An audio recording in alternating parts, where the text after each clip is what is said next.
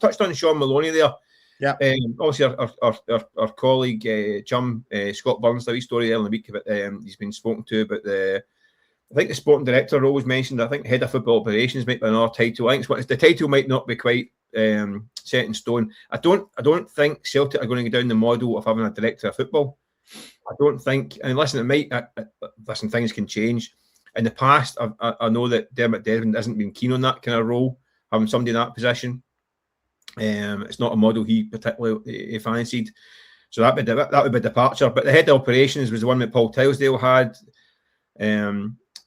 That's an overarching role that takes in an academy as well as looking after the football department. But Shaun Maloney's name has been chucked in the frame for that one. What do you think? Do you think that's a role that would suit Maloney, or do you think he'd be a loss to the training ground? It's an interesting one. Yeah, it's an interesting one.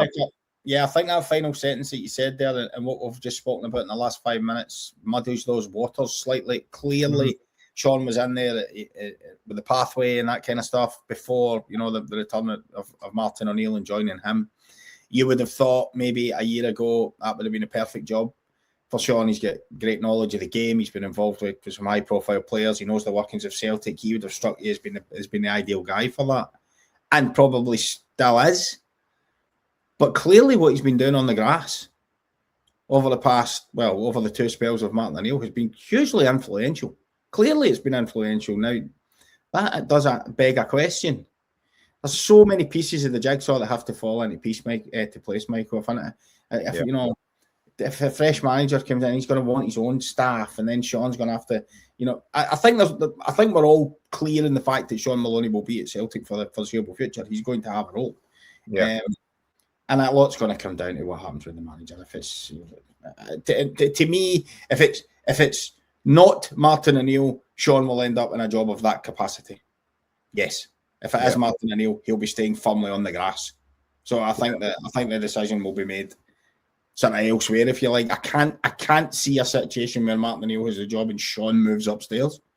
Yeah. Or Shaun moves into another role away from coaching. I just can't see that. I can't see Martin allowing that. Yeah. I think Martin himself, hasn't he? He's leaned on Shaun tactically in terms of the modern game. And I think you talk to the players and you think, listen, I don't know if Shaun as well came to a conclusion. Listen, he's been a manager. He's obviously managed the Hibs and at Wigan. Difficult jobs at difficult times. I mean, I thought at Hibs there was potential there. I thought he was doing a lot. What he did at Hibs, I thought looked really good.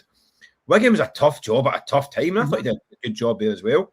Yeah, this a guy who managing are two different things, Michael, as you well know, because of the press stuff and all of that. If he's just allowed to coach, well, this is what I was going to get. This is what I'm going to get to. I mean, this is a guy who's obviously Martinez's right-hand man for Portugal, working with some of the best players in the world. Yeah. And these guys who respect them. I think maybe Shaun realised himself that maybe, we know, I don't say we're not. Shaun Maloney's putting on training sessions for Kevin De Bruyne and Romelu Lukaku, and they're not complaining about it. This is what I'm saying. But I think he knows what he's talking. And if you've got Callum McGregor, who's the best on-field coach in Scottish football for the last 5 years, working out operations with Shaun Maloney and how what's going to happen on the pitch, that tells you all you need to know. You don't need a CV. That tells you. Yeah, but I think Shaun will admit himself that I think maybe he knows he's not a personality like Martin O'Neill. He knows that himself. I said we know him a wee bit through the year. We've known him for years. Personal capacity. You know what he's like as a guy. A deep thinker about football and all that stuff. But maybe he's not quite that guy. He's not a Martin O'Neill type to go and he's not a huge presence in terms of his personality. He knows that himself. But he's a right good coach, so I think it's baby and bathwater stuff with Shaun Maloney. I think he's got a lot to offer as a coach. But I agree with you, Swan. It depends on the managerial position. I mean, I'm saying that, but I could be miles wrong because you had a situation where John Kennedy went through that system. Well, that's just what I'm just going to think. Celtic came in and thought it was good enough to keep John Kennedy, and Ange Postecoglou came in and thought it was very important to keep John Kennedy, and John stayed through the coaches.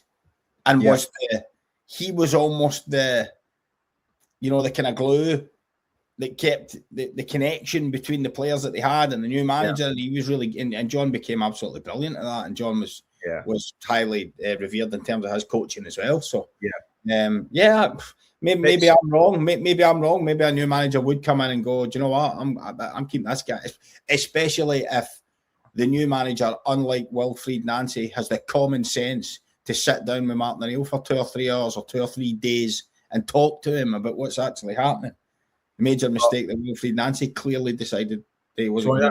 That was one of many major mistakes he made. He had Shaun Maloney and Steve McManus, who, as you know, they're in the wee porta cabin in Leonardstown. They're out there.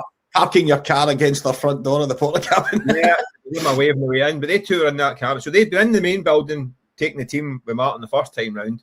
They're in the porta cabin, which is 100 yards from the main entrance at Leonardstown, and not once did Wilfried Nancy go and chap his door, to Shaun Maloney's door, and say, right, what's been happening in the last 7 weeks? You've won 7 out of 8 games in this period, lost once to Midtjylland, who are a good side. So what have you been doing? How did you approach it? What have I got here? None of that. And by the way, Martin O'Neill left, right? So I get the 15-minute conversation with Martin was daft as well, right? But not walking 100 yards and chatting the door of the guy in the porta cabin. Yeah, to me, just seemed a bit silly. Yeah. But listen, it remains to be seen. I've really got a gem in Shaun Maloney in there, and it would be wise to use him properly. Absolutely.